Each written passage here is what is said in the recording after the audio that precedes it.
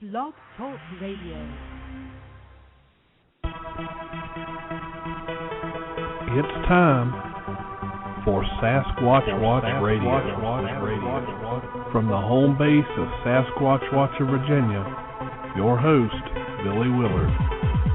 What is this creature they call Bigfoot or Sasquatch? This is a mystery that has boggled minds for years.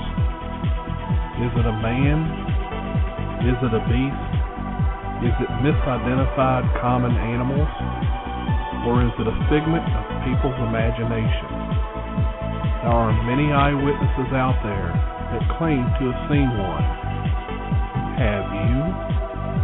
Listen in as we discuss this mysterious topic on Sasquatch Watch Radio. Here is your host, Billy Willard.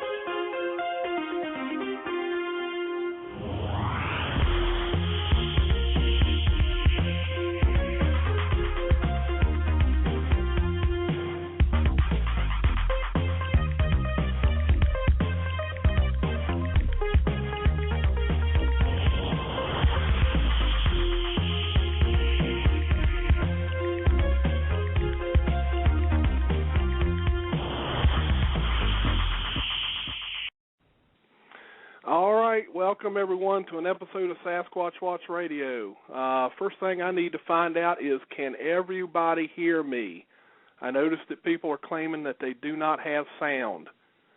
Someone just type in the chat real quickly to let me know if you can hear me on the air. Let's see here. Melissa, are you there? Yeah, I'm here. Can we find out, does everyone hear me? Or because I'm seeing a lot of people saying there's no sound. Yeah, Wayne just refreshed, and he says that Wayne, do you have sound yet? No, he doesn't. Okay. Beast206 says they can hear me fine. Python Man saying they can hear me fine. Okay, yeah. So maybe it is working. Okay. I apologize. We're using the, just so everyone knows, Blog Talk has a new studio switchboard. And I was just afraid that it maybe wasn't working, but apparently it is, so I think we're good. So anyway, everybody welcome to a special episode of Sasquatch Watch Radio. Today is Wednesday, June 15th, 2011. And as the ad says, we're going to discuss today, hopefully with a lot of the members who were present, the Virginia expedition that we had back in April of this year. We certainly didn't solve any mysteries, but we certainly had a great time out there trying. So that's what the show's about, is for everyone to talk about the good time that they had out there. Now, first thing I need to do is try to see, I believe, let me check here. Eric, is that you at 724? Yes, me. Okay, just wanted to make sure. Everybody welcome my good friend that's helping me out tonight, Mr. Eric Altman. How you doing tonight, Eric? I'm great, Billy. How are you doing? Hello, Melissa. Hey, Eric. All right. Well, we've got some callers already calling in, but basically, just so that everyone knows, we're going to hopefully have quite a few folks calling in tonight who are actually present.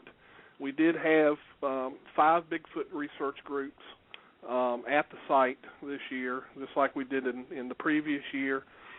We did have some great things happen, but like I said before, we didn't solve any mystery, but we did have a good time trying. So what I will do is allow these folks to kind of tell everybody a little bit about that, but before I do that, there was one thing that I did want to mention. Matter of fact, since we've got him here on board, Eric, how about you tell everybody what's coming up in October? Oh, geez, yeah. Put me on the spot like that. We have returning the East Coast Bigfoot Conference after a 3-year hiatus and people bugging the crap out of me. We're bringing the conference back October 22nd and 23rd, but it's under a different name this year as we're teaming up with Pennsylvania MUFON. That's the Mutual UFO Network. And it's going to be a 2-day event at the Youngwood, Pennsylvania, Westmoreland County Community College in the Science Building. We've got a huge hall, huge auditorium seating, and it's going to feature some of the biggest names in the UFO research field, such as Stanton Friedman, Bill Burns from the TV show UFO Hunters and UFO Magazine, John Bentry, who I'm trying to think of, David Twitchell, Roger Marsh, some real big names in the UFO research community. And that's on Saturday the 22nd, and on Sunday the 23rd, we've got some of the biggest names on the East Coast as far as Bigfoot research. We've got the Squatch detective Steve Calls. We've got Stan Gordon, David Dragazin, and we've got my good buddy who's on the other end of the phone here, Mr. Billy Willard. And our keynote speaker for that day is Dr. Jeffrey Meldrum. So we've got an all-star lineup for Sunday as well. And if you want to find out more about the conference, you want to get tickets, find out where it's at, all the information you need, you can go to www.paufobigfootcon.com. Very good. And I'm certainly looking forward to it. I think it's going to be a great lineup, and I'm actually looking forward. I've been wanting to meet Stanton Friedman. I've never got the opportunity to meet him. I know everybody's heard that name because he's on just about every UFO show that comes on television. So yep. I kind of look forward to meeting him. You'll be really surprised to know, and a lot of people don't know this or think this, but he is so down to earth, and he loves to sit and chat. So if you get a chance to talk to him, or you attend the conference, and you want to meet Stanton, walk up to him, shake his hand, talk to him. He'll talk your ear off. He's such a nice guy. Yeah, I'll definitely make sure I take that opportunity. That's going to be pretty interesting and exciting. Yeah, I know Mel's interested in meeting him too. Yeah. Let's go ahead and get into the beef of this. We, just so that everyone knows, we had several days that we spent in, we're going to call the location Central Virginia, this past April, and we stayed out there a week. So we had a lot of time there in the field. Everybody camped, had a great time. But since we have Melissa Hovey with us, how are you doing tonight, Melissa? I'm doing good. How about you, Billy? I'm doing fine. How about you just kind of give everyone an idea, since we've got you here, we'll go ahead and put you on the spot first. Just tell everybody, maybe some things that really stand out with you, some things that you enjoyed while you were there at the expedition and that kind of thing, and I'll leave you and Eric here while I go check to see who these other callers are. All right. Well, I'd say first off, one of the most interesting things that happened this week, which other people are going to have to discuss, was the eye shine that the guys tried to chase down. That was actually pretty interesting. That was multiple people had actually witnessed that. We had some wood knocks that were unprovoked, and just general things that kind of got our interest up, but nothing that we could really point at and say absolutely that was Bigfoot related. We did cast a track, and that's cleaned, and hopefully we'll have that available for the public soon. Just a pretty interesting week all the way around. So, in the time that you were there, Eric, was there anything that you thought was interesting? Just hearing about the activity that you guys were experiencing. I didn't get to see or hear anything myself. Billy, myself, Bruce, Creature Seeker, and Tom L., we all went off to a certain section in the woods where there had been activity the night before, and there had been sightings and some strange stuff going on there. And we sat out in the woods for a good while and didn't really see anything, didn't hear anything. I got to admit, though, you guys really did a great job of having everything organized, planned, having a base camp set up. Everybody knew what they were supposed to do, where they were supposed to go, what they were supposed to do in the field. So my hat's off to you guys for a really well-organized expedition, at least from what I saw of it. Yeah, and we will have a report out here shortly. This year we did a thanks to Billy's wife and those that took care of base camp. The notes that were taken this year of the actual activity that was going on are just tremendous. I mean, it's been really helpful after 8 days in the field. So that report's going to be out soon, and it's being worked on as we speak. So, but yeah, I mean, it's a pretty interesting area just to be in all the way around. I mean, what do you think of the area itself, Eric? I mean, you've been doing this for a long time. I was pretty impressed with it. The property that we were at in Central Virginia really is a great location. It's open where we're at, of course, where you guys were at with the base camp, but the pond that was there, the surrounding forest, and we had almost got arrested for it, but we had a chance earlier that day when I got down there to go to an area where there had been sightings in a real swampy bog type of area. And just hiking the 5 miles we did there was just tremendous, just to see the area and really get to understand what you guys went through last year and this year as well. Very impressive area. I have no doubt that it can be a perfect habitat for a creature or a family of creatures down there. Yeah, it really is. I mean, it has just about everything that most people talk about, when they discuss Bigfoot and the habitat. And there's wild berries, animals of all kinds, a good cover for just about anything. It's a really decent area. I mean, it's got area that goes from swamp to just regular, forested area. So it's a pretty interesting area. And I should also say that Sunday morning, a number of us, to include myself, actually heard something walk through camp. And one person put it at about 4 o'clock in the morning. And I thought maybe it could have been other people involved with the group, but apparently that wasn't it. So we're still, for those that are in the group and listening tonight, we're still trying to locate that on the audio, if it's on there, if we can find it. We've got 8 days full of audio recordings, so that we're still going through, which are really good. And let me just say this right now for people that are listening. If you don't own an H2 recorder, buy one. They're absolutely 100% worth the money. We love it. We purchased one before this expedition, and it picks up things that we didn't even hear at the time. And we have recorded wood knocks that nobody even heard because we record, one of the members of the group, Toby, he records all the transmissions over the radios and things like this. And not once did anybody say anything while we were at base camp about hearing it. So we knew that people weren't out in the field at the time when it happened, but even the people at base camp, because you can hear the conversations at base camp, and nobody says anything about noticing these wood knocks or anything like that. But the H2 picked them up, and it's amazing. It's amazing how well this thing actually works. So. And what brand is it? Is it a Zoom H2? Yeah. Mm-hmm. Yeah, I have the Zoom Q3, and it has the video capability with it. I love mine. Yeah.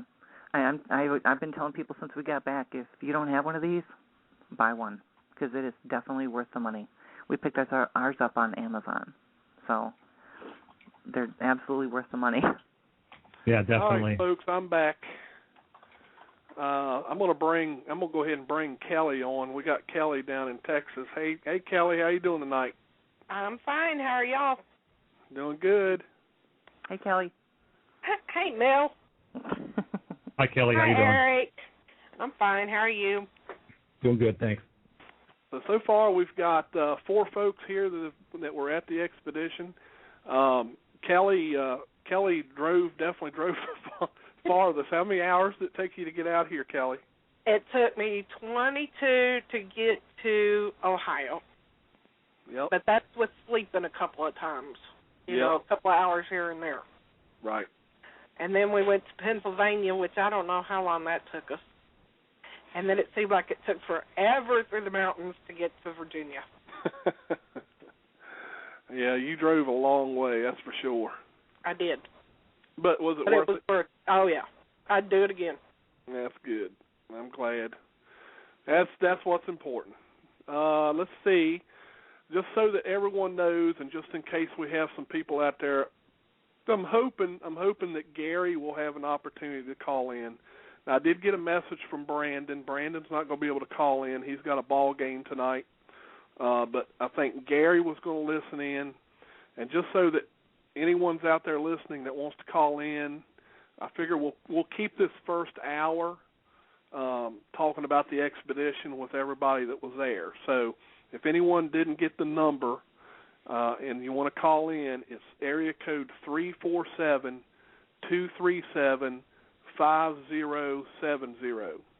That number again is 347-237-5070.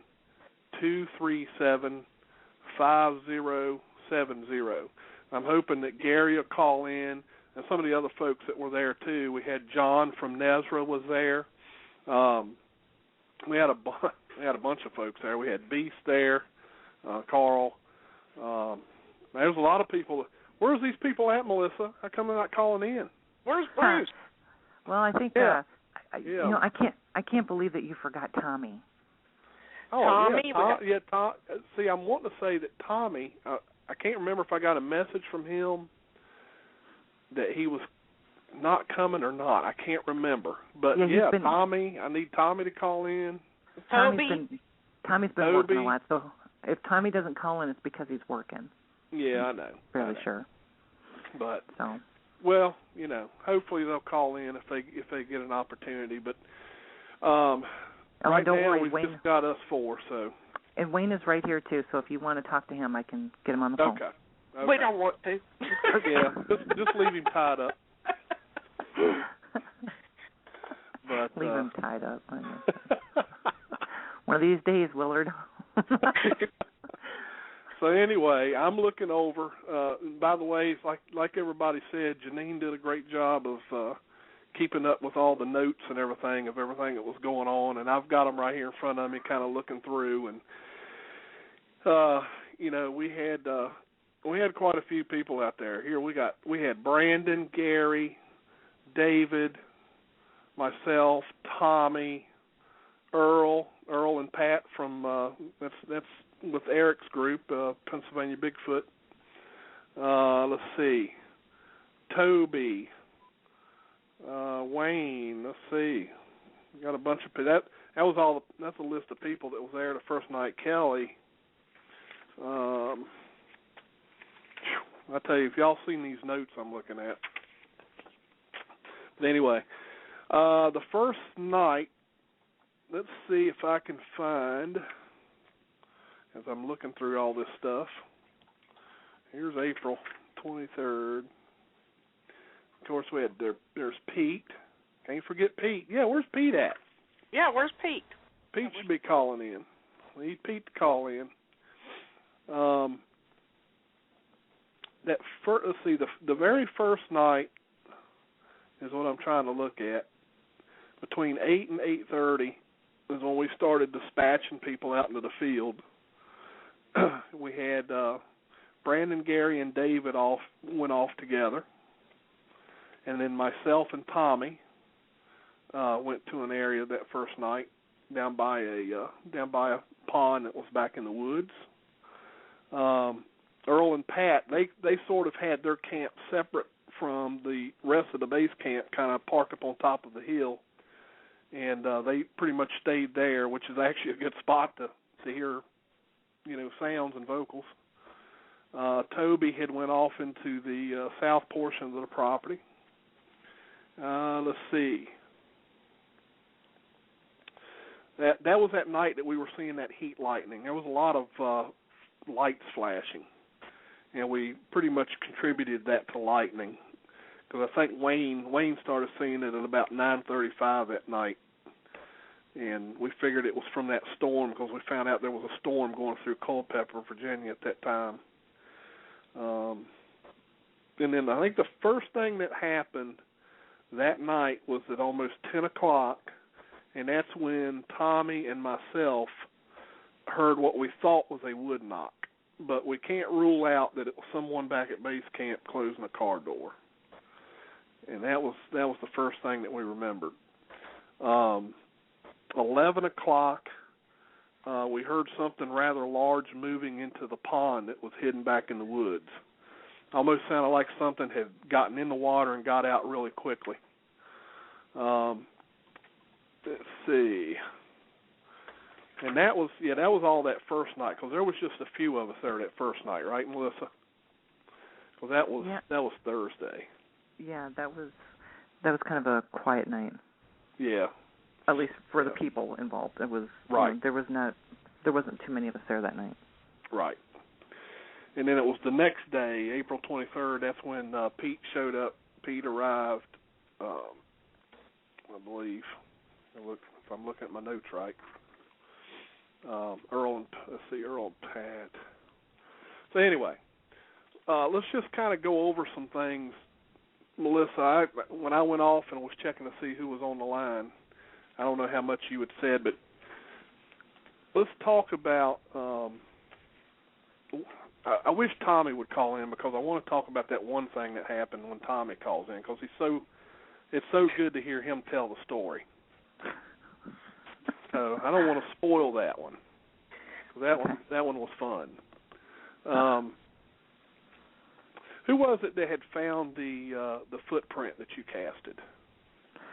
That would have been Gary, Brandon, and Toby. Right. Okay. And we did cast that print, or Melissa casted the print. That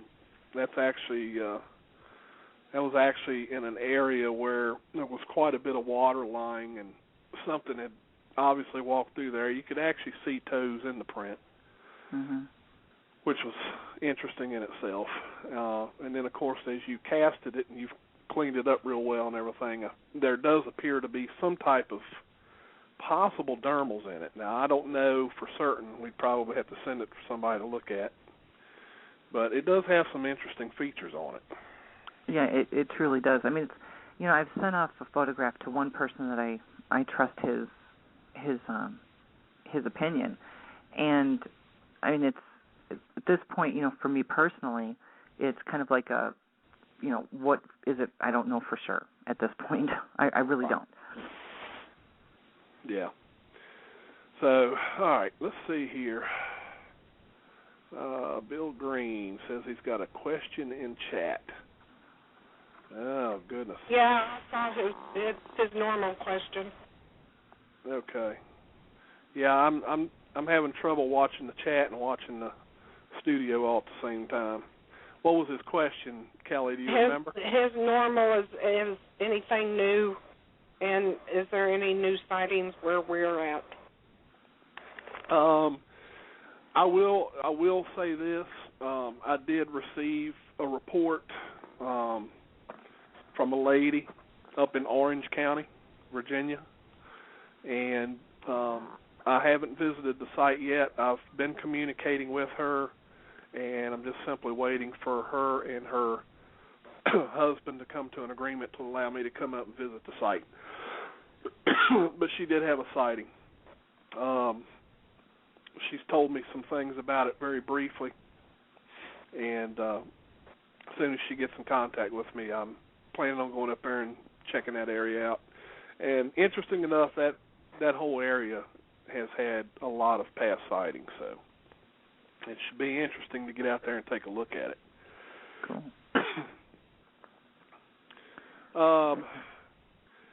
Kelly, you had Well, I'll just ask you this: what was one of your favorite moments during the expedition? Did you have a favorite moment? No, I mean, it was all wonderful. We all got along great. There was no drama. There was something happening all the time. So, I mean, I had some strange stuff, but, I didn't have anything that is positive that I could say it was, this or that. It was just weird. And then Janine and I had the noise up at base camp after Melissa and Gary took off in the Jeep that we can't explain. So, I don't know what it was. Right. But I know. Yeah, that was actually. Yeah, I do remember that because we were back in that area not too far from there when you all saw whatever that was. Well, we heard something. We heard something hit the metal roof of the building. Right. And Janine asked me if, did you hear that? And I said, yeah, it sounded like a rock hitting the roof. I said, but it could, be the metal cooling off and popping. Right. I could write that up. She said, yeah, that could be it. It happened a couple of times. And then all of a sudden we hear the crunch of the rocks like something taking a step. Well, we knew that wasn't the cooling of the metal, causing that. She said, that sounded like a footstep. I said, yeah, it did. And we both looked and couldn't see anything. So that's when we hollered at Wayne, who was close by, to bring his night vision to see if he could see anything. And there was nothing there. I don't know what, but I tried, and the only way to make the rocks crunch like that is to take a step on them. Right. So I don't know what it was. Yeah, was that the same night, or was that a different night when someone had saw some possible eye shine around the building? I think that was I think it was a different night. I'd have to look through my notes here. Because it's hard. I tell you what, it's hard when you do a whole week. Oh yeah, the days all run together. Yeah, it's hard to keep track.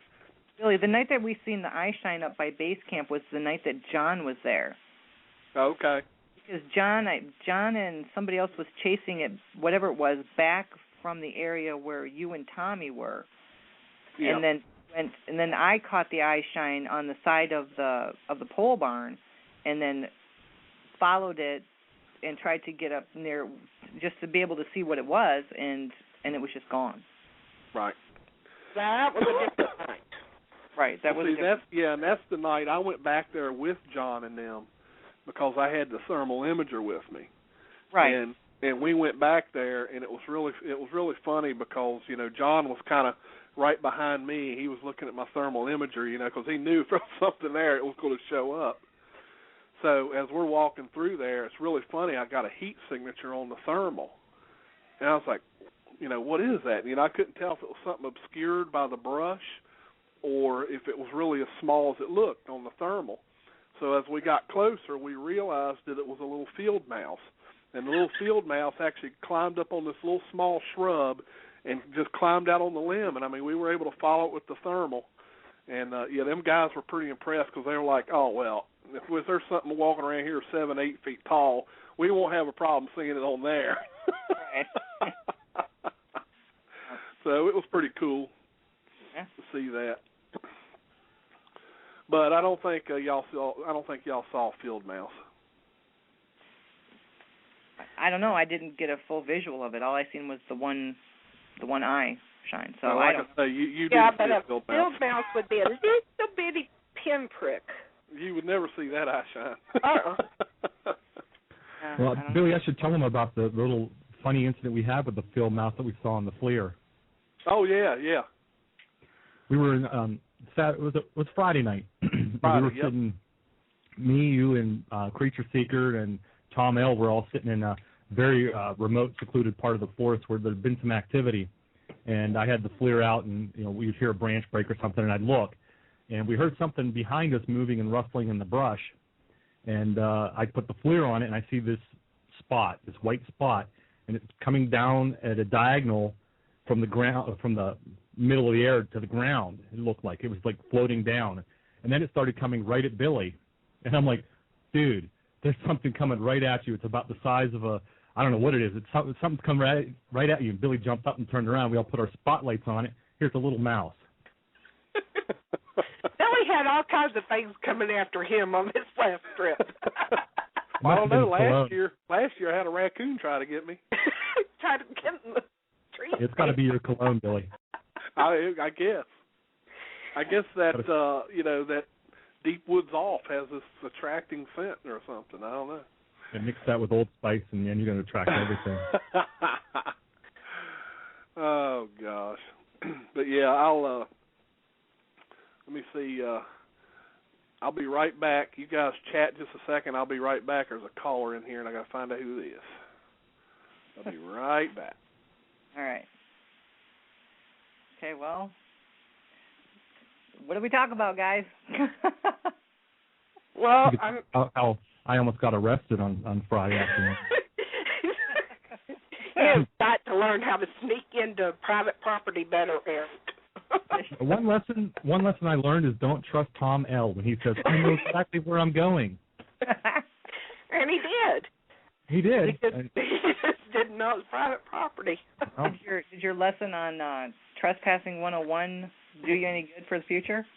You know, that's the first time in 15 years that I've been doing this that I've ever been caught on private property. Well, it's not hard to do out there. Well, in Virginia, that part of Virginia, man, you don't want to get caught on private property. I thought we were going to get shot. Oh, yeah. That guy was really ticked off when we were driving out. Well, yeah, it's not hard to do on in areas like that, you know, to be on private property and not know it. But yeah, that was one for the books, man. Well, the funny thing about it is when we turned down this lane, he said, turn down this lane, and we didn't see any private property signs on the lane at all. We were just kind of driving down the lane. And there's a guy out there with a bulldozer. He's moving some trees. Got a little bit further, and there's a guy with a tractor. He's mowing the grass, and we kind of waved at him as we rode by and got up on the top of the hill, and there's no trespassing signs everywhere. And I said to Tom, I'm like, are we really supposed to be up here? He said, oh, yeah, that's for another piece of property. Don't worry about it. Just keep going and make a left up there. So we did and went out to the middle of nowhere to the power line. We parked, and sure enough, come back later, and there's a note from the sheriff's deputy. Give me a call when you get a chance. Yeah, good stuff. So next time I'm not volunteering to drive anywhere. I tell you what, guys, Eric was a mess when he got back. I was. Eric was so afraid that they was going to come and impound his brand new car. Yep. All I need is jail in Virginia with Bubba, the redneck. I would if they were going to give you a ticket, they would have done it right then. They wouldn't have waited until you called them. No. Oh man! Now on. No, I mean from the way I understood it, I guess when you all drove in there, the way the sign was oriented, you couldn't see it going in. Right, and we drove out. We did see the sign, but it was upside down and facing into the property, not out of the property. So we all we saw was just a fence, and that was it. There was no signs that we could see, and so we didn't know. Right. But next time I'm staying at base camp. And just so that everybody knows, on the map it shows it as a road with a name. Yeah. On the map. I mean, yep. so yeah, some strange stuff up that way. Let's just say I made it out of Virginia alive. You did. You made it out of Virginia, and you didn't have to go to court, so you were in good shape. That's why I left the next day. I was like, I'm getting the hell out of here before I get caught. I kind of figured that. I was like, man, Eric is so nervous. He's like, I'm getting out of here. I woke up at 6, packed my tent. See you guys. Yeah. I'll be in Pennsylvania if you need me. Yeah. Yeah. No, you can't have my address. Nope. Nobody knows where I live. That's exactly how it went, too. Yeah, exactly. My name is Creature Seeker. Yeah. I live up in Massachusetts. All right, let me go through some of these notes so I can refresh my memory and refresh y'all's memory. April 23rd. Let's see. April 23rd at about 6 o'clock in the morning. Actually, we don't have anything on the 23rd, but on the 24th at real early 6 a.m. Sunday morning, me and Tommy had heard a whoop on the south side of the property. And then, of course, Pat had come down off the hill and told Janine that at about 10 o'clock the night before, she had heard 2 wood knocks. And like Melissa had said earlier, we had wood knock recordings that we never heard. Matter of fact, we've listened to the audio clips, and a lot of times we were sitting around talking when the wood knocks happened, and we never heard them. Right. But I mean, you can hear them plain as day on the recording. Oh yeah, absolutely. So we didn't arrive. I'm sorry. No, go ahead, Cal. Before we even got there, we didn't get there till Sunday the 24th. Right. Is when we all arrived. Right. Let's see. Yeah, because you all got there about 4 o'clock. 4 o'clock on Sunday. Right. That's when you all had gotten there. Let's see here. Watch me get this all mixed up and get it out of sync here, and then Janine will jump me. Let's see. 4:25. Okay, on the 25th, April 25th, is when Brandon found 2 tracks. He found 2 footprints that were 13 inches in length near a creek, near the front gate, and he claimed that there was about a 5-foot distance between them. So that was pretty interesting. 2 tracks were found, or 2 footprints were also found near the pond back in the wooded area, and those were 12.5 inches. Those 2 prints were found by Gary and Tommy, which was where me and Tommy were actually set up the night before. It was real close to that area, that pond area. Then Monday night we had a group meeting at about 9 p.m., and that's where we had dispatched people into certain areas. That's the night that Janine actually went out in the woods with me. And then we had other people. We had Allison and Liz near the front gate. We had Wayne, Toby, and Tommy near the pond back in the woods. We had Brandon and Gary on the south corner of the property. We had Pete and Carl at the tree stands across the pond. And John, of course, stayed at his little setup he had right there by his car that night. Base camp was being controlled by Melissa and Kelly. And at 9:50 that night,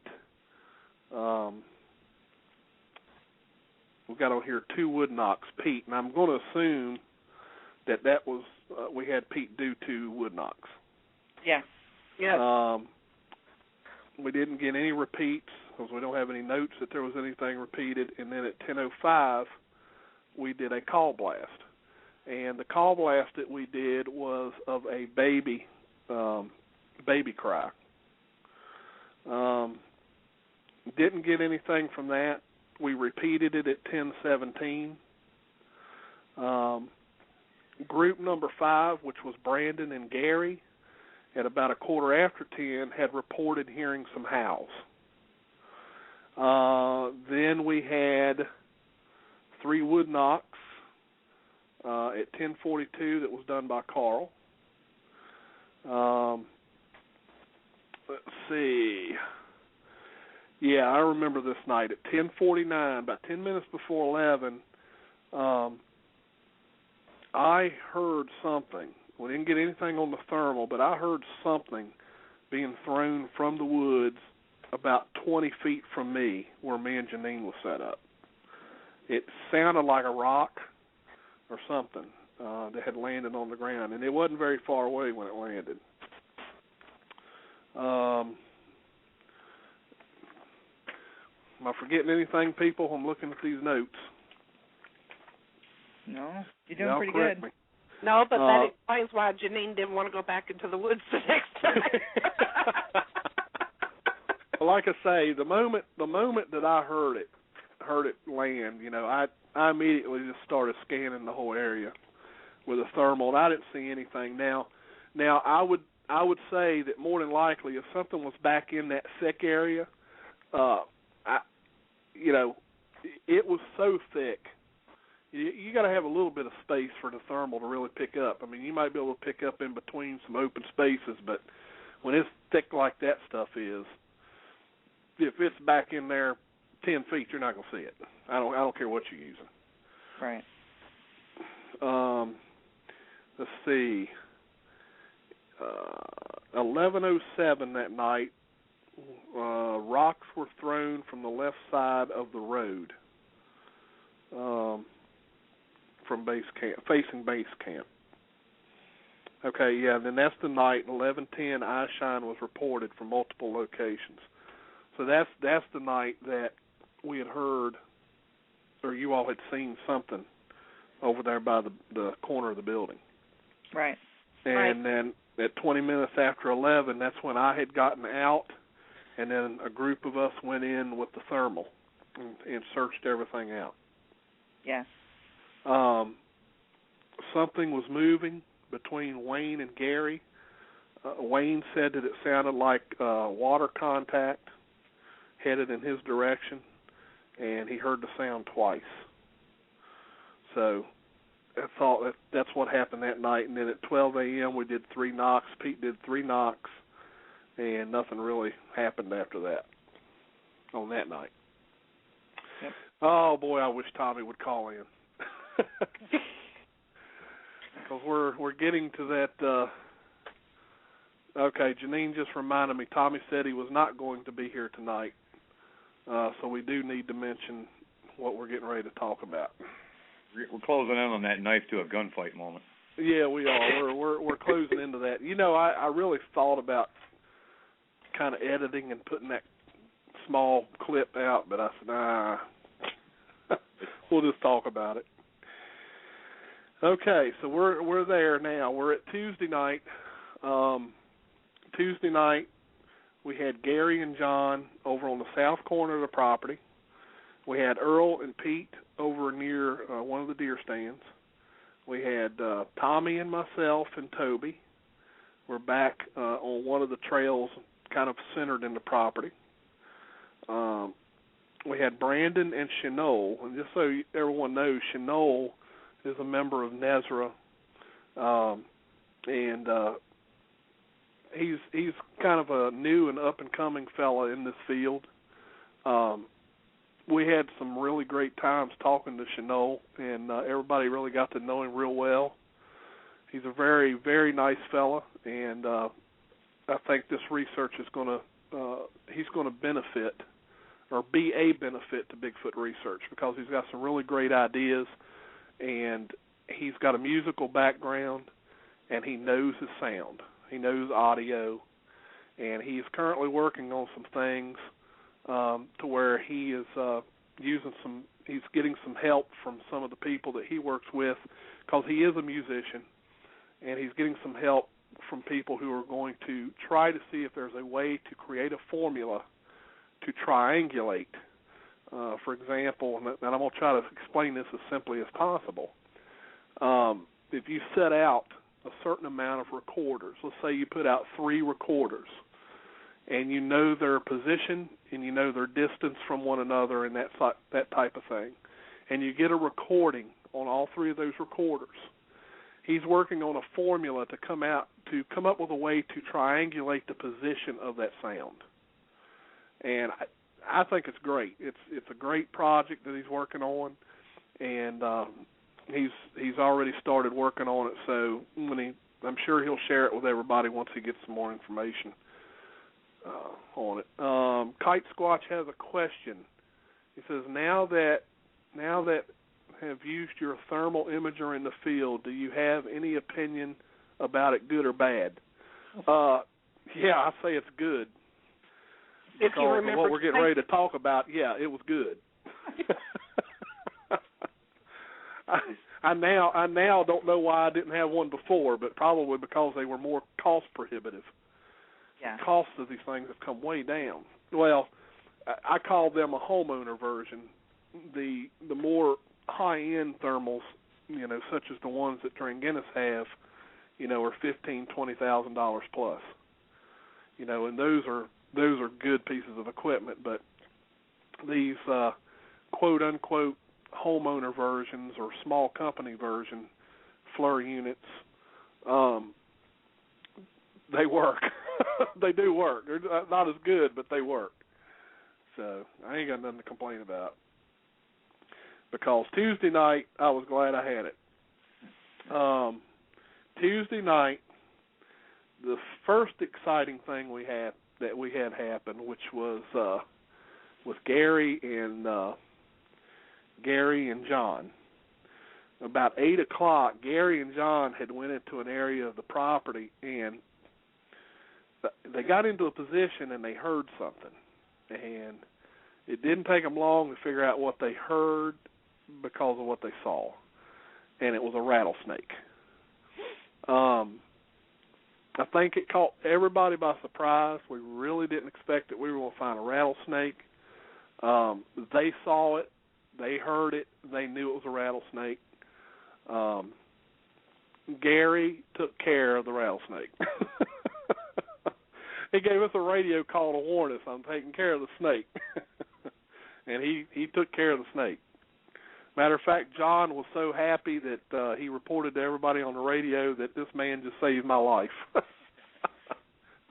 So I assume he took care of the snake. If I remember right, he was getting really close to stepping on it. He was pretty close. Apparently he was closer than Gary was. He didn't see it. And he didn't see it, right. So Gary took a shot at it and took care of the snake. Or at least it never made another sound. It was gone, so. So anyway, everybody was in position by 10 minutes after 8, so we still had some daylight. We started doing our first call blastings at about 8:55.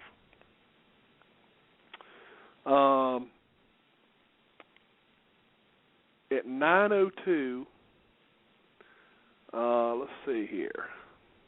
9:02, we heard a very faint sound of a baby cry. That was Gary. John also heard it. They think it may have come from the houses. They came out of their spot at approximately 9 p.m., and then this is when everything got interesting. Hold on a minute. We got somebody else. That's probably one of our folks from Sasquatch Watch calling from Richmond. Let's see here.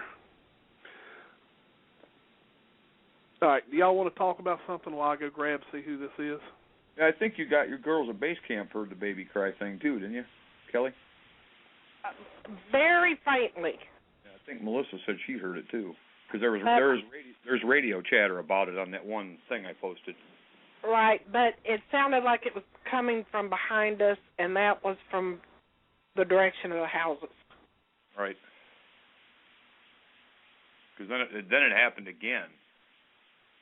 And then you guys kind of all confirmed that it was coming from the direction of the houses, or at least Gary and John thought it was coming from that way too.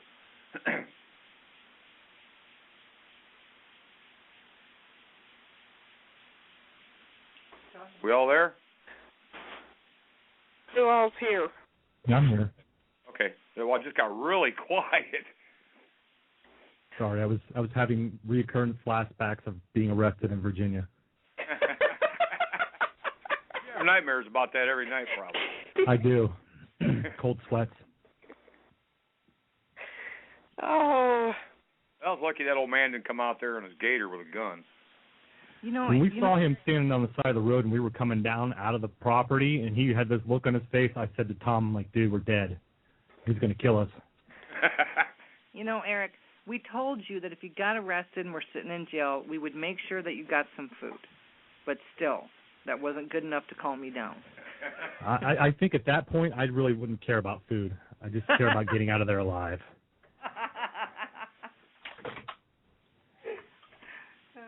Well, once you got off the property and got back to the other property, you didn't have anything to worry about. That's true. But you did. Yeah, well, my luck, that guy would have followed us and came back to the campground the place we were at and campsite, and he would have took me away in cuffs, and you guys would have had a good laugh, and I would have felt stupid, and then probably would have been Big Bubba's bitch. It was private property. He couldn't get on it. Well, he got on the private property out there where he left us the card on the cars. Well, that's because y'all were on his property. All right, I'm back. Welcome back. I will bring.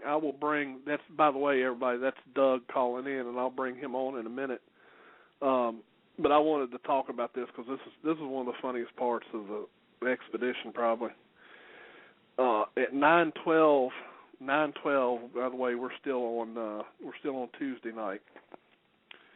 At 9:12, that's when Tommy hits me up on the radio, and I'm going to do this. Might not be an exact quote, but he pretty much. If anybody's ever talked to Tommy Ray is from it's North Carolina or South Carolina. South Carolina. Which one? South. Oh, okay. Yeah, that's right. You're right. Yeah. Okay. South Carolina. So he's got an accent, which, Irish would say that he definitely needs an interpreter, like he says he needs for me. Because I already noticed he already said that already in the chat tonight, so I knew Irish was here. But about 9:12 that night, Tommy hits us up on the radio and goes, "Tommy to Billy." And I said, "Go ahead, Tommy." He says, "Please be advised. You have a big black cat coming your way." And I'm sitting here like, what did he just say? And I'm sitting here and I'm fumbling trying to get the thermal out because I got the thermal in my lap and I got all this other equipment laying on me. And, he reported seeing it. I mean, he said the thing passed within 30 feet of him. And he's in total darkness, didn't turn on a light or nothing, and he sees this big black cat pass 30 feet in front of him. So I'm sitting here fumbling for the thermal. I pull the thermal out. I don't see anything at first. But then after I sit there and I watch for maybe about 30 seconds, I see something coming around the trail, because he told me it was coming down the trail right towards me. And I'm looking at the thermal, and sure enough, it was a large cat. Now, obviously, I couldn't tell what color it was from the thermal because it just shows up as a bright white object. But you could tell by the size of the mass of the thermal image that it was a really good-sized cat. Anyway, the thing is, its behavior and everything is typical of a cougar. The way its movement, I mean, you could see it in the thermal. The way it would move its head, it was keeping its head kind of low to the ground, almost like it was in a prowling type mode. And the thing's coming down the trail. And as soon as I realized that it was moving a little quicker than what I liked, that's when I got on the radio and I said, Toby, I need you up here right now. Because Toby was about, probably maybe 200, 250 feet behind me, further up the trail. And he got there quick. He must have ran. Left all of his equipment and just ran up there. Well, the thing heard Toby, obviously, as he was coming up there, and I watched it on the thermal the whole time. It quickly made a turn and jetted up into the brush. Now, I was afraid that it was going to circle around and go back towards Tommy. So that's when I radioed to Tommy. I said, Tommy, it circled. It went up into the brush. You need to keep your eyes open. And right about 20 minutes after 9, that's when Tommy says that he saw some possible eye shine. So I expected the thing probably had kind of went into the brush and circled around back into the direction of where Tommy could see it again. But it was, I tell you, the adrenaline was flowing because I knew that was a big cat. And when Toby got over there, I felt a lot better because I was just sitting there by myself, sitting here trying to fumble with the thermal and fumbling with everything else.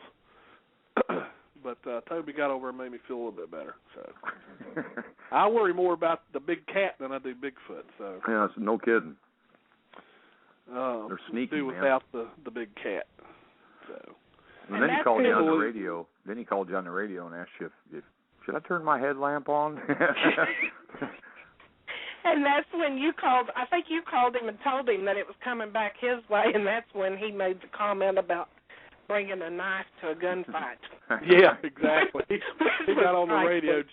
Janine wants me to do the accent. So he's like, just like me to bring a knife to a gunfight. Yeah, and it was that calm and cool and relaxed the whole time. Oh man, but no, he's Tommy.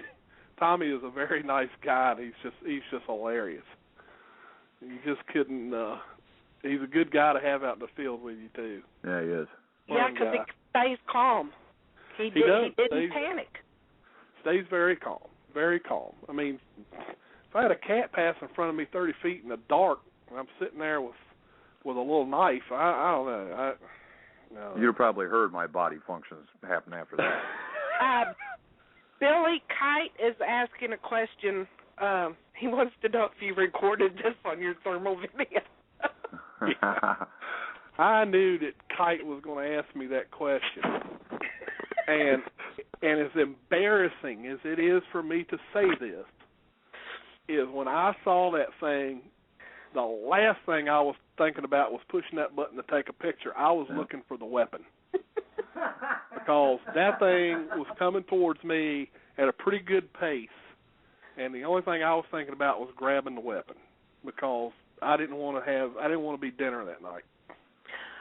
So, oh, and then that's when Gary called and asked if you would like Mr. Smith and Mr. Wesson. And Tommy said yes, and please bring Mr. Samuel Colt too. So. So yeah, we had a lot of fun out there, that's for sure. At least we're able to laugh about it. Kite's wanting to know if I knew how tall or long it was. That was the whole thing, Kite, that I noticed the most was the length. I mean, I could tell how long it was because of the way its body movement was in the thermal. I could actually see the tail. You could see the tail, and you could see the upper part of the back. And the way it was moving was like sometimes when it would take a step, I don't know how to explain it, but whenever you see one of those big cats walk, it's like the top of their skin moves where their shoulders are. Yeah, I could see all shoulders. that in the thermal. I could see it all in the thermal. So it was a big cat. It wasn't a house cat. It was not a house cat. No way it was a house cat. And their tails are longer and fatter too. Right. Yeah, it was a good sized cat, that's for sure. But the odd thing was, like I say, when Tommy saw it, he said that cat was black. Cougars, obviously, as everybody knows, there are mountain lions / cougars in Virginia. There have been sightings of them. Prince William Forest Park has finally admitted to it, that there's been sightings there. So they're around. Matter of fact, a few properties down from where we were at, there was one caught on a trail camera. I mean, right. And it was a big cat, but it was the normal color. It was that brown, that brown color. Well, Carl saw one, the tawny color, a couple of nights later. Right. So we know there was at least a tawny colored one out there, and now a black one also. Right. So yeah, it was interesting. It definitely caught my attention, that's for sure. So, hey Clint, good to see you. I'm glad you're able to tune in. I met Clint down in Lynchburg at the ParaQuest conference that we had back a few months ago. But yeah, that was the fun that we had. So we don't need to go any further into that. Let's see. Of course, we got rescued by Gary and John, and they lit up the whole area with like lanterns and stuff, and we pretty much got out of there. Possible paw print was found, but it couldn't be confirmed. The ground was pretty hard right there in that area where the trail was. I actually went down the next morning looking around, and I couldn't even make an impression when I stepped on it. So if my heavyweight body doesn't put a print on that ground, I know that cat's not going to. I probably weighed more than that cat. Let's see. Everybody was back at base camp at 9:38, and we regrouped. 11:07 that night, rocks were thrown from the left side of the road. Or am I looking at the wrong page? Nope, I went backwards, sorry. Let's see, Toby. 11:31, Brandon heard possible wood knocks in the distance while sitting at Pete's camp area. Trying to make sure I'm still on the same date. Well, before I go on too much further, let me Let me get one of our other members that was out there. How you doing tonight, Doug? I'm good, Billy. How are you doing? And hello to everyone else. Yep, we're all doing fine. Say hello to Doug, everybody. Hi, Doug. Hi, Doug. Hey, guys. Doug, you came out there. I know you didn't spend a whole bunch of time, but we were glad to have you out there. So tell us a little bit about, anything that, I don't know, your favorite part or something that you enjoyed.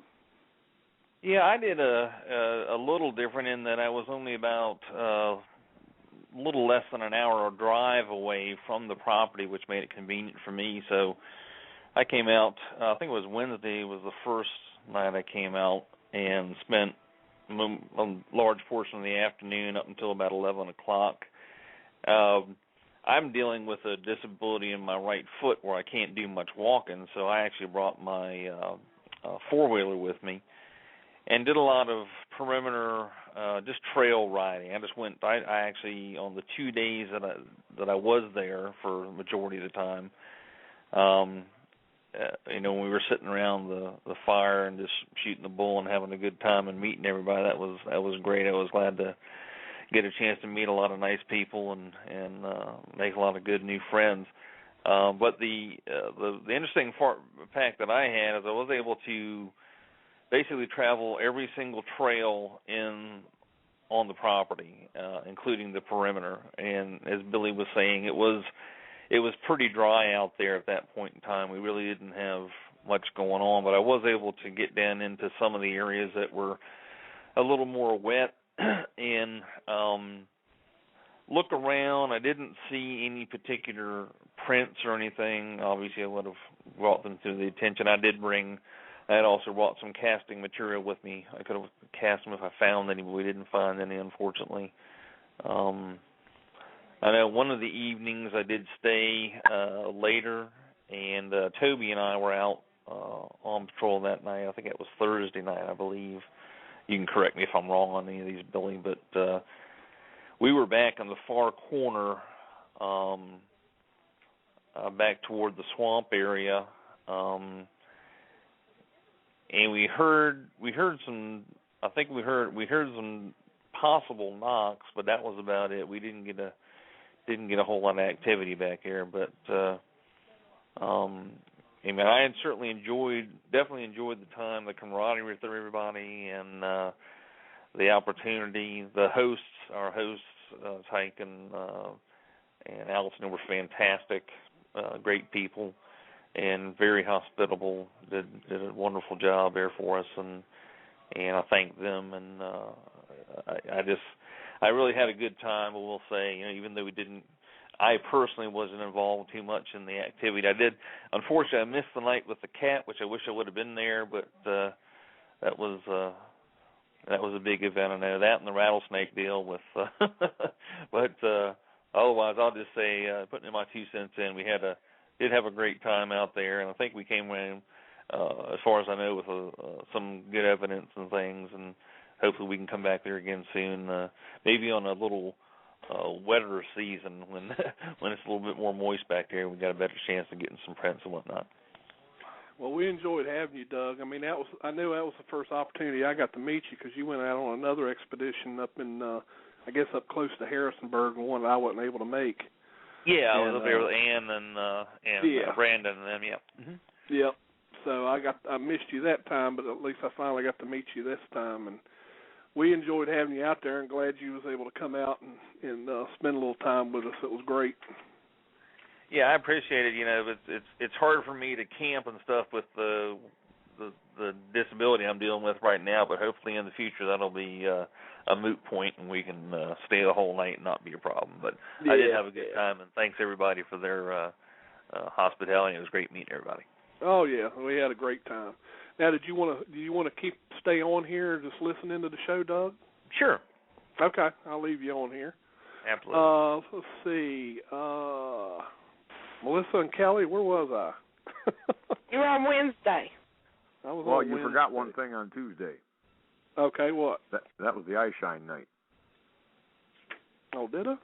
Yeah, it was after we got back. Oh, that was Yeah, after we came back. Where's it at? Hold on. It was after the cat, and everybody came back to camp because we were going to regroup and make sure. Actually, that's where I was at, because I see it right here now. Yep. Because I had said that we had come back and regrouped. Right. Right. And then everyone was back at camp. And then here's where it starts talking about it. It says Wayne and Billy were, heading to the tents. Wayne and Brandon saw possible eyeshine, and Carl saw some possible eyeshine on the left side of the pond. So I came back out of the tent. I had the FLIR, and I started shining the FLIR in the direction where they saw the eyeshine, and sure enough, I saw something over on the other side of the pond. So we started walking kind of briskly in that direction of where the eyeshine was. And I think you all kept seeing like the eyes moving, like it would go away and it would turn back. Yeah, it I was think definitely walking like, away from us. Right, like it was walking away. Yeah, and it would turn back and look and at then it disappeared.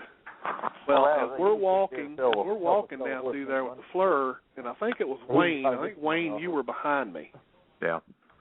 And you saw them. I mean, we had the FLIR pointed down at the ground, and you could see footprints where something had walked. They were still warm, and they were a pretty good distance from each other. And they were big. And they were big. And I couldn't believe it. I mean, I was looking at it, I was like, oh, my God, I mean, it was footprint. There was at least 4 of them. And then as we kind of followed them and went over the bank, they just disappeared. It was almost like whatever it was, when it got into the leaf litter and stuff that was on the ground, it was like we couldn't find it anymore. No. But that area where we found the prints was kind of on like a firm sand. Yeah, it was open. There was no grass at all. It was just right. So that was pretty interesting. Let's see. I think the thing that hit me about the eyeshine is it was just so big and bright. Right. And that was a good what do you think? Like 100 yards maybe? Yeah, at least. least. The pond. That's what kind of. We were trying to light it up, but nobody had a powerful enough headlamp to reach the other side of the pond. Right. And by the time the big light showed up, it was gone. Right. I mean, it was only a matter of 10 seconds, and whatever it was gone. Right. Now, I noticed here in the notes, Wayne, you saw the eye shine at least 3 times. Yeah. Carl said he saw it at least 2 times. And he said that it was as if it had turned and was observing us. Right. He described it as a greenish yellow color eye shine. Yeah, it was an orangish yellow, something like that kind of color. Yeah. And I think that was when you had just turned the corner at the corner of the garden going to your tent. And you must have had your headlamp on. Yeah. Because I think your headlamp is what initially illuminated it. Right. And now I understand why nobody gets pictures, because I had my night vision sitting on a tripod right at the corner there where I walked right around. Right. When I seen it. And I walked right by the night vision. Right. Well, at the time I was still trying to determine, is this eye shine? Was that a reflection? What was that? Because I didn't have my headlamp on, because if you remember, we just turned the lights in the barn on. So then I turned my headlamp on, and I found it again, and I'm like, that is eye shine. And it looked to me like it was just standing there staring at us.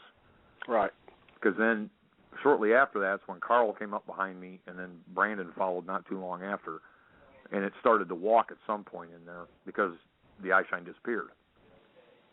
And then 3 separate times as it walked off into the brush, it turned and looked at us. And it was really kind of a spooky kind of feeling, to be honest with you. I mean, it could have been that cat. I don't know. I've never really seen how cats react out in the wild when they know they're spotted. Right. But it wasn't a deer. I know that because a deer would have bolted. And it definitely wasn't a raccoon or a field mouse, because it was just way too big. Way too big. Okay. And bright. That's my opinion anyway. But the prints that showed up on the thermal were not cat prints. Mm-mm. They were way too big. They were way too long. Those things, I without measuring them, because we didn't have a chance to before they disappeared, they had to have been at least a foot long, if not 15 inches. Oh yeah, definitely. Yeah, oh yeah, they definitely wasn't cat prints. No. Yeah, if they were cat prints, then yeah, you'd have been able to tell. These things were long and wide. So, apparently someone asked where I got the FLIR unit. I bought the FLIR unit. I actually did a search on Amazon.com and found them. So yeah, Amazon.com. If you type in FLIR thermal imager, there's a couple companies on there selling them for a pretty good price. And brand new in the box. So Eric bought him one as well. So like I say, they're not the high end, $15,000, $20,000 units. They're more affordable. I think the one that I got was like right around $1,100, $1,200. So that's a big difference between $15,000. That's another mortgage. Yeah, exactly. So, no, they do work good. Carl is in the chat and says we were taking 3 or 4 steps between those thermal prints. Yeah. So. Yeah, true. So yeah, they were pretty good size. That just makes me wonder how they got there. Right. Right. Well, the odd part was, I didn't really see the eye shine, so I didn't know if it was on that side of the pond or not. When I heard y'all talking about the eye shine, I thought it was on the other side. It was on the other side. That's what I'm saying. So it must have come down to that side at one point or another before. So it was probably actually walking away when you all saw it. That's what I was thinking. It would have to. It almost seems like, from the amount of time, because you know how far the extension cord was away at the end of the barn to plug the lights in, it almost makes me think that at some point, right around the time I plugged them lights in, that thing cut down and cut across the road in the center of the pond. Right. And then turned back to the left and walked back up the other side. Right. All right. So anyway, yeah, we had that was a very exciting night. We had a lot of stuff going on that night. Let's see. Now we're on Wednesday. Wednesday, the 27th. That's when we had that storm. It was a storm at about 8 p.m. to about 8:45, so it lasted almost an hour. And we got lucky. Yeah, we got lucky. Very. So we sent teams out Wednesday night. We had Earl and Toby near the center pond drainage area of the property. We had Wayne and Pete. We're up near Pete's tent. Me and my brother Jason had showed up, and me and him had went over to the area where we were at the night previous with Tommy and Toby. And then Melissa, Janine, and Kelly. Let's see. Melissa, Janine, Kelly, Bruce, John, Doug. If I got that right, I think all y'all stayed at base that night. Does that sound right? Yeah. I think that's right. Okay. And then Gary and Brandon got in the Jeep and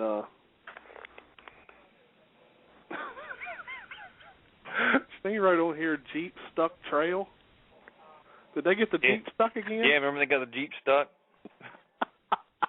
Brandon had to get on back in there with his big Dodge and get him loose. Every time Gary brings the Jeep out there, I'm like, wait a minute, this is a Jeep. No. What happened was when we were trying to decide what to call the name of that trail. That's what it was called from last year. Right, that's what Gary got his Jeep stuck last year. So we called it Jeep that's Stuck the trail he went back down. Oh, okay. So they went up on the stuck trail. Right. Yeah. Okay. I was getting ready to say, dang, Gordy got stuck again? No, this year I don't think it ever got stuck. No. But last year it got stuck 2 or 3 times. Yep. And then, let's see, and then we had Tommy and Carl went over on the opposite side of the gravel road where y'all had seen that eye shine. Right. And we found that little mouse. Right. At 9:37, that's when we turned out the lights in the building. That night, Doug had set up his camera and audio towards the pond between Kelly's tent. So by 9:50, everybody was in position. We started doing call blast at 9:56 p.m. That was a quiet night. Nothing really happened. And about 11 o'clock, me and Jason, Carl, Tommy, all of us came back to base camp. About a quarter after 11, we did 3 wood knocks. 11:30, Gary, Brandon said they heard some sporadic wood knocks and a strong urine-like smell in their position where they were at in the stuck Jeep trail. 11:34, about 4 minutes after that, Gary hits on the radio and tells us to stand by. And he claimed that he was hearing rock clapping, like 2 rocks clacking together. About 11:39, they were hearing some type of activity, some movement. They said it was only about 15 to 20 feet away from them. 11:54, Gary and Brandon are still hearing activity. 11:57, they hear one solid wood knock from the forest. And approximately 10 minutes prior, something was moving, and Gary said, "Hey," and it stopped moving. 11:59, some possible reddish-orange eye shine was seen about 4.5 feet off the ground. Gary said, "This is not a feline." 12 minutes after 12, Gary and Brandon heard 3 they called them tree slaps. 12:13, they heard footsteps, multiple footsteps. And then at 12:20, Toby, Earl came back to base, and that was about it. So wasn't a whole lot, whatever activity they were hearing over there, seeing and hearing. Obviously, he didn't feel that it was that mountain lion or anything like that. So. Well, and to give the listeners a little bit of background information, Stuck Jeep Trail isn't that far from where you and Janine were that night, if my memory serves me right. Oh, yeah. You guys were that night when you had the rocks thrown at you? Yeah, it's not right. far. It's not far at all. No. But and then the rocks, the rocks that were thrown from me, I'm certain came from the opposite direction. Right. But it's all in the same general direction. And last year when he was at that very same area, the back of his Jeep was smacked by something, and we actually casted a track from that spot the next morning. Right. Right. That is correct. So let's see. That was it. That was it all Wednesday. Thursday. Oh yeah, that was the fun time. Thursday was when we had all the heavy winds all throughout the night. Heavy rain that lasted for 2 hours. That was it was a storm on Thursday. The heavy rain lasted from 8 o'clock in the morning till 10 o'clock in the morning. So anyway, Thursday night it cleared up enough for us to go back out. We had Earl and Carl over by the tree stand. We had Wayne was at Toby's tent. Me and Bruce went deep into the woods. We went probably about, probably a mile from base camp south. Sat deep into the woods. Brandon and Tommy also went pretty deep. They went probably a good mile and a half away from base camp, deep into the woods. Toby and Doug were back in the woods where the hidden pond is at. and we had Janine, Melissa, Kelly, Gary, and Pete at base camp. I would rather. Everybody was in position by 9 o'clock. Let's see, Brandon and Tommy had been in position for 20 minutes. They had heard 2 distinct wood knocks since they had been there, and now I've got somebody calling me on the phone. It's Bruce trying to call me. He should know we're on a radio show. What's wrong with that dude? Where is he? Yeah, I should have answered it and said, you're calling on the wrong number.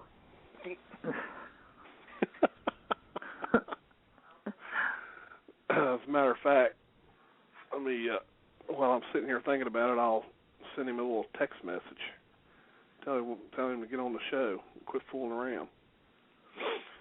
All right, then we had, let's see, they had heard 2 distinct wood knocks from behind them. Okay, we started doing call blasting at 9:10. At 9:18, me and Bruce both called into base camp and told everybody to stand by because we had heard something. 9:17 to 9:18, Melissa, you and Kelly heard a very faint scream. At 9:21, Gary had heard a whippoorwill, but it didn't sound right. He said it started too deep and didn't continue to be a normal sound. 9:22, Melissa and Kelly and Janine heard a sound. They thought it was an owl. At 9:27, Brandon and Tommy heard a wood knock. So at 9:44, Gary went ahead and did 3 wood knocks. At 9:45, I had heard talking, and I honestly thought that Brandon and Tommy might have been closer to us than what we thought. Was what I was thinking. So I got on the radio to find out if it was Brandon and Tommy, see if it was, and it wasn't. Because when they radioed in, I could, you know how you can almost hear like the person talking in the radio, and then you can hear the person talking in the woods. Mm-hmm. We didn't hear that. So whoever it was we were hearing talking, it wasn't them. So we figured someone else was out in the woods, probably a little further in from us or something, because we couldn't figure out where it was coming from. Let's see. Brandon, Tommy said that they heard talking as well. I think Wayne said he heard it too. Gary and Melissa went into the shark cage. Oh, Melissa, what was you and Gary doing in the shark cage? We jumped in the Jeep to take off to make sure that the gates were closed to the tree farm and the other areas, just to make sure there's no cars out there and people hadn't decided to walk into the area. We're just trying to rule out whether or not there was people in there. Of course, I mean, if people walked in from a neighboring house or something, they're not going to leave something behind. But that was our goal, was to jump and get in the vehicle and take off and see if we could find somebody or something. And we didn't. The only thing we seen was a house cat. Right. And then that's when Janine and I heard the rocks or whatever on the roof of the building, and then the footstep in the rocks. Right. Because they had just taken off, and we were fine. I mean, sitting there, and then all of a sudden we start hearing walking. Right. All right, and then let's see. After that, it says Janine and Kelly heard a clank. They believed it to be Melissa shutting the gate. Then we heard a metal sound we thought may have been the metal roof of the barn cooling. So you heard something up on the barn roof again. Yeah. And then you heard what sounded like a footstep in the gravel. Right. Wayne and Pete came to investigate. nothing was seen. Not sure what was going on.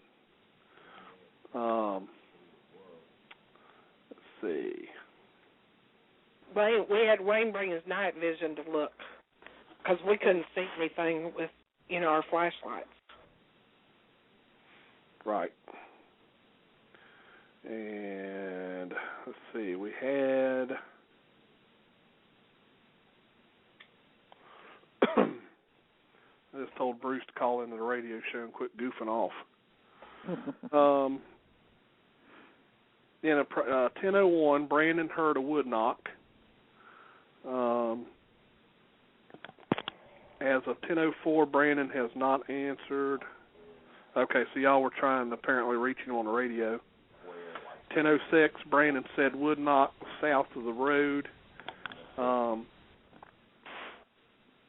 then, of course, somebody saw my game camera going off several times because I had one back in there that had a flash on it. Mm-hmm. Somebody saw, like, bright flashing going on back there where one of my game cameras were at. Says when Gary and Melissa on the back side of the tree farm saw deer, rabbits leaving the area. Yeah. So y'all said it looked like they were a bunch of them, right? Yeah, they were hightailing it from the tree farm across the road. I mean, they were moving pretty quick too.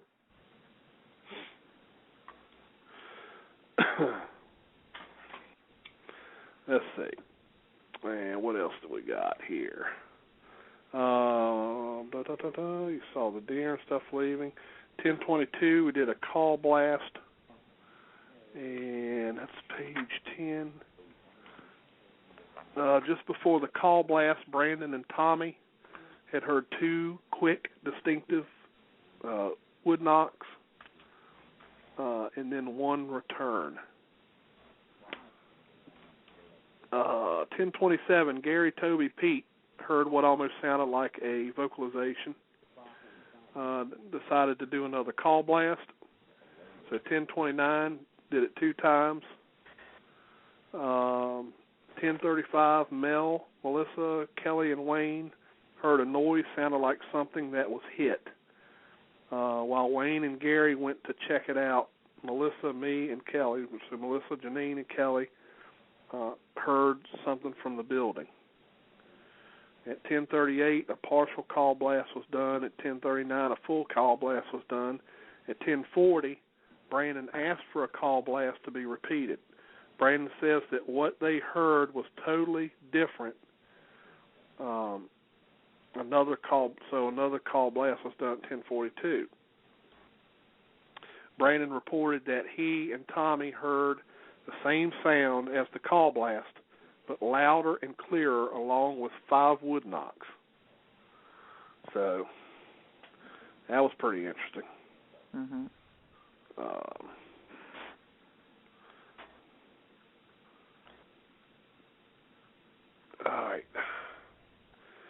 All right, let's see. That was Brandon. Okay, I reported at 10:47 that me and Bruce had heard one wood knock. I do remember that, too. It was very distinct. Gary and Pete were going out to do one wood knock at 10:49. Brandon feels that what he and Tommy heard may be along the wood line near the base camp. So at 10:50, Toby heard something in the building. 10:51, Brandon heard one wood knock return coming from farther out away from the base camp. Pete and Gary report that they heard 4 whoops between a dog bark near the gate area. So we had a lot going on that night too. Mm-hmm. Let's see.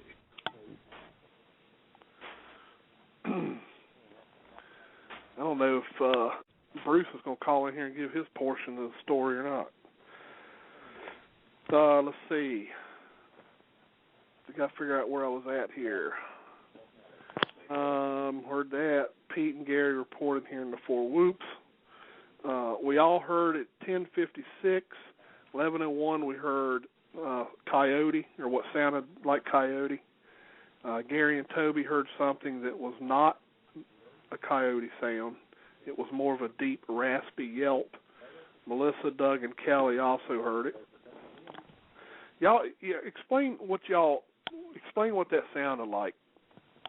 Y'all heard that sounded like a deep, raspy yelp. Oh, God. I'm trying to remember. I don't know if I can really explain it. I mean, it was... Was that when we were hearing the dogs off on that one side? Yeah, and this was not... Yeah. But it was. We had heard some dogs barking off in the distance. Probably you'd have a bark, and then maybe 10 seconds later another one. But this was something. It happened along with it, but it was completely different. Exactly. It did not sound anything like and that was a beagle yelping and barking type of thing we heard before. The dogs were beagles, obviously sounded like, but this was nothing like that. It was lower in tone, longer, yelpy type of thing. But we only heard it one time. Yeah. Okay. All right. And let's see. Make sure I'm still on the right page here. All right. Gary and Toby heard. Okay, we got that. All right, 11:06, Carl saw possible eye shine. 11:12, Earl and Carl said the eye shine was too close for comfort, wrapping up and heading back. I think that's when he saw the tawny cat. Yeah, it may have been. Yeah. 11:23, Brandon and Tommy heard one wood knock. 11:29, I heard the same wood knock that he heard, so I acknowledged him and said, yes, I heard that. It was a hard wood knock. 11:30, Brandon said, it's back. It's back, whatever it is. Gary and Pete did one single wood knock. At 11:35, another wood knock, single. At 11:40, that was done by Pete and Gary. 11:41, a deer ran past Brandon. Tommy seemed a little off or scared. Maybe the deer thought it was a gunshot. Billy and Bruce are heading towards Brandon and Tommy's location. That was at 11:45 that night. And then everybody was back at base camp by 12:36. Let's see.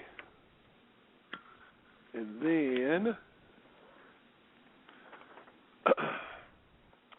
all right, and then we come to Friday, the 29th. Anyway, is anybody got anything to add before I keep going on here? Can you believe we're already got 27 minutes left? Well, about the only thing that I would like to add at this point is that I want people to understand why we took the notes.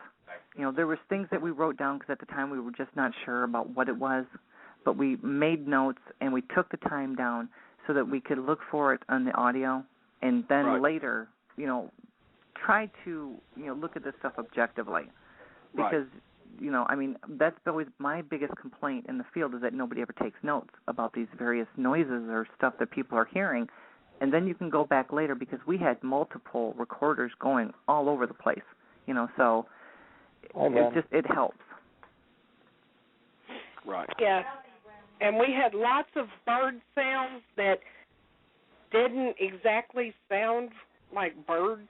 I mean, there was lots of that going on. Yeah.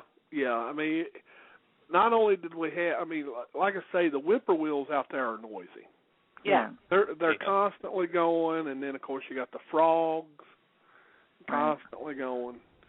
But there were other noises out there that some of them didn't seem very like typical bird sounds.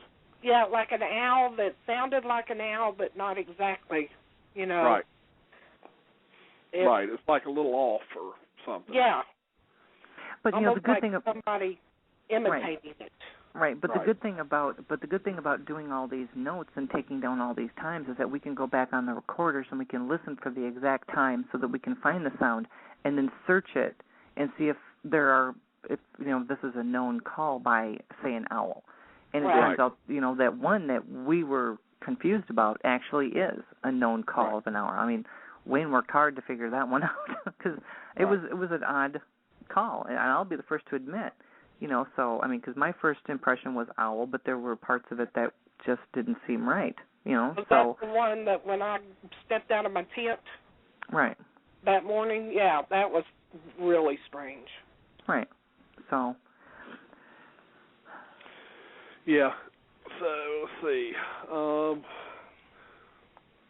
Bruce isn't going to, don't look like Bruce is going to bless us with his presence. He's in the chat room. Is he? Bruce. I've seen him signed in. Yeah, there he is. Bruce, I know you hear me.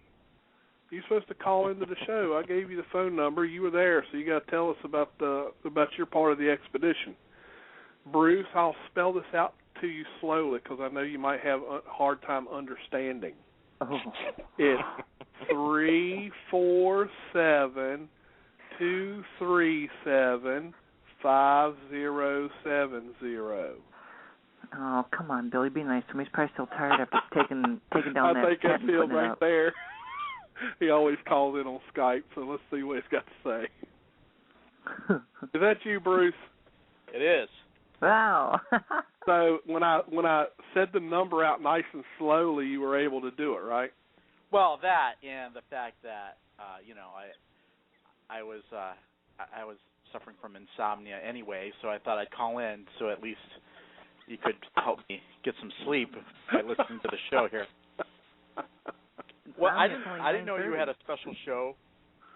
Well, I sent out emails and if somebody would be on Facebook, then they would know these things. Well, I didn't get any emails, so I'm obviously not on the list. Well, you should be on the Sasquatch Watcher Virginia list. Well, apparently I'm not, Billy. Well, I'm currently on the pay him no mind list. You know what it is? I know what it is. You've just all my stuff goes to your spam folder. That's what it is. Or he hadn't even checked his emails in several days, I'm sure. I don't know why you Irish. Bruce did have the Taj Mahal set up. Yes. I wish you guys would stop calling it that. Why? It's an accurate description of that tent. It's a normal sized tent. I don't know. No, it's not. No, it's not. I could have parked my car in that thing. Yours and mine both would fit in it, Melissa. Yeah, that's true, side by side. Yeah. Well, I have a perfectly good explanation for that. I needed a tent that could fit my, inflatable sofa and your big screen TV. My lounge chair. You had to mention the TV, didn't you? Yeah. The DVR. Irish wanted to make sure you put up all 32 rooms. But Carl said no, there's 36 now. He had an add-on. And a nice Tiffany chandelier. Aren't you glad you called in, Bruce? Yeah. We were missing you. Not enough, I guess. All right, Bruce. Well, I guess since we got Bruce now, we'll go ahead and put Bruce on the spot. What's that? And Bruce, what parts of the expedition did you like the most? Going on private property? Billy, I was not one of the ones who decided to trespass. So I was not part of that group. In fact, I was too busy getting acquainted with the folks at Sonic to even be bothered with trespassing. So you must be thinking of the other group of people. No, I'm just messing with you. So So what part of the expedition did you enjoy? Well, I'll tell you what I didn't enjoy. Okay. I didn't enjoy coming back and finding a for sale sign on my car. And they spelled sale wrong. They spelled it S-A-I-L.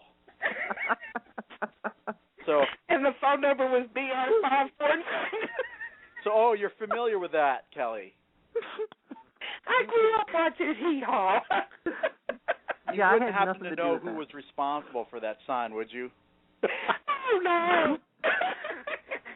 I have no clue.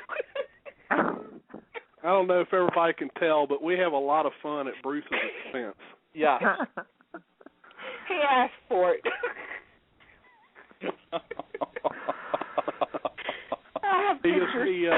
He has a way of making it very fun. Yes, he does. Yeah. And Kite Squatch was wondering, Bruce, if your phone was shaped like a knife.